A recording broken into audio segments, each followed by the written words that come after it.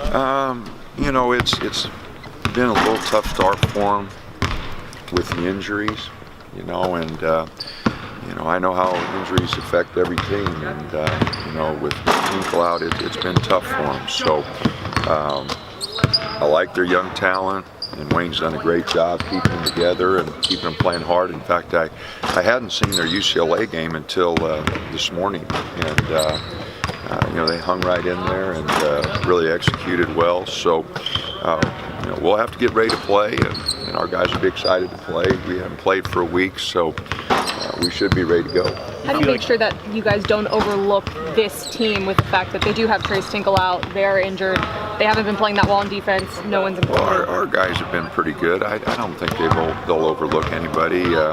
It's an opportunity to play, and so I'd be very disappointed if our guys didn't come prepared. But they do well in that UCLA game. Let them. They really controlled the tempo. I think UCLA only scored 70-some points and didn't allow them a lot in transition. Got back, put their defense together, kept the zone tight. UCLA didn't shoot the three real well that day, not like they did last night. So they just got the tempo where they wanted it. You guys have better focus in conference play. Maybe if you look back and you just had all those non-conference games in a row at home, did you feel like maybe our focus wasn't bad in those games? We just weren't playing real good. It doesn't take much to get off track. So I just think we're playing better. I mentioned the better practices that we had after Christmas. That's continued. Our guys worked awfully hard. We had 4 practices, or our 4th practice would be today. We took Wednesday off, but we went Monday, Tuesday, and the guys were focused, practiced pretty hard. Wednesday we took off, and yesterday, the guys got after each other a little bit. So I've been pleased with our practice sessions since our Christmas break. You talked last year about the unselfishness of Elgin and Dwayne and how much of a key that was. With the way you're spreading points around right now, is this team getting any close to that kind of mentality? Well, I think it's individuals. I've always mentioned Dwayne, and Jordan Bell last year. After starting his freshman year, came off the bench all for us. So I thought those 2 guys really set the tone for us last year, and I think Jordan and some of the guys have done a good job this year. It's awfully difficult because we have 10 guys who are good basketball players and that want to play, and so it's been tough, for those guys. They've just got to always make a decision: what's more important, the team and winning, or individual things. And fortunately, we've had good guys that have always, been about the team and put some individual stuff away to have us have a little bit of success. What do you think it says about this team with the fact that you guys have been able to have 3 different guys shoot, 25 plus points on any given night? That it's not just one guy that's leading this team, but so many playmakers out there for you guys. Well, it shows our balance. I think we do have a very balanced team. On any given night, we've got a number of guys, who can score, and I think that's always good. I think any time that you have a balanced squad, foul trouble doesn't affect you quite as much.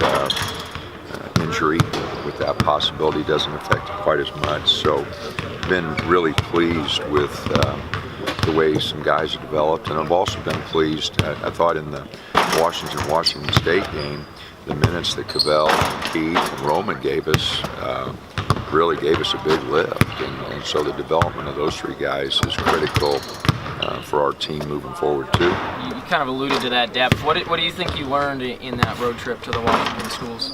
Well, we've got a lot of guys who have stayed with it and practiced really hard and want their opportunity, and if someone doesn't respond or doesn't play well, we've got somebody ready to go.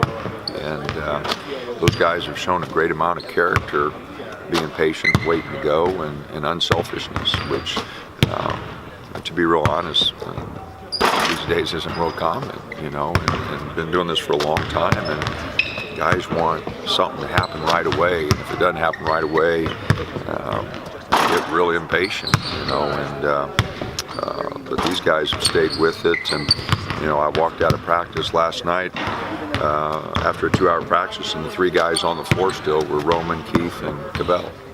And so that just tells me, how unselfish and how dedicated they are to the team. Cabell seems like a guy that, with his body and skill set, that could be very useful for you guys down the stretch at some point. What's the biggest thing that he needs to kind of improve upon to get there? Well, just consistency. But you're right. He's a talented young man, and he gets down on himself. More than the coaches get down on him. He's his biggest critic, and he just got to learn to play through some of those.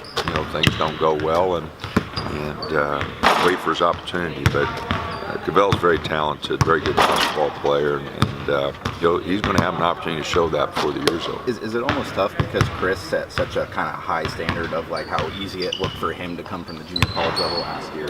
I've had very few junior college players that have performed like Chris, and that quickly. Trying to think here. Maybe only Mitch Richmond. Be the other one who did that going to the Division I level. So it is very unique. If you've looked over the history, Elgin was a 3-year guy, but his first year was a little bit. Most guys usually this time of year is when they really start playing well. After they've learned the system and got a little hold on it. So it's kind of like a freshman. The transition to Division I basketball is different for everyone. Some freshmen pick up on it quick, some takes a little longer.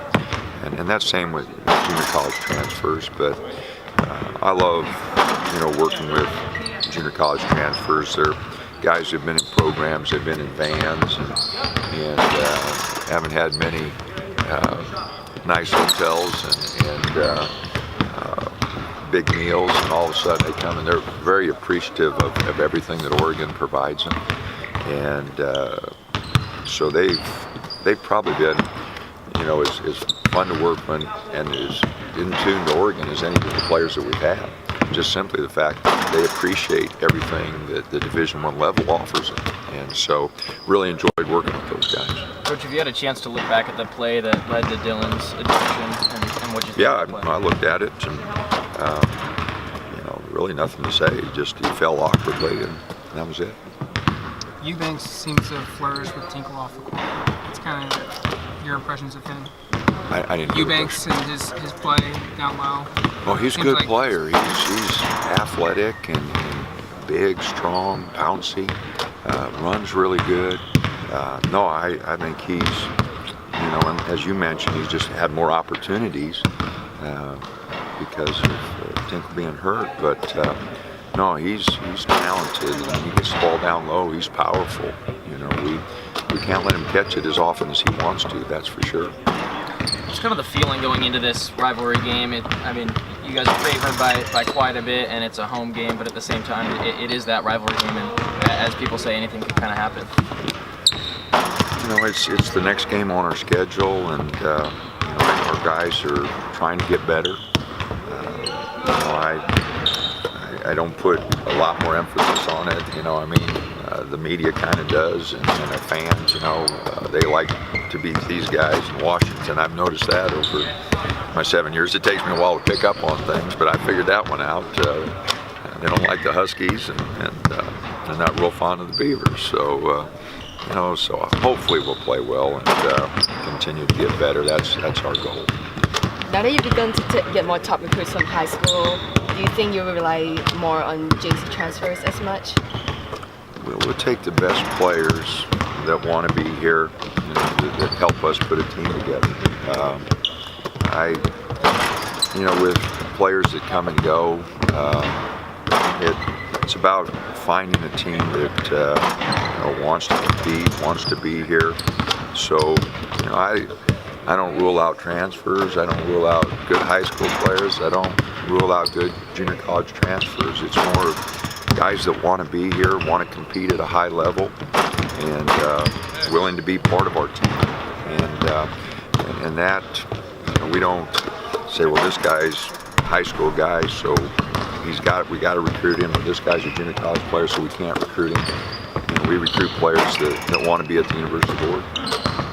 You guys say you had an off day this week. Did you take it off day too, or what do you do? Well, I went recruiting.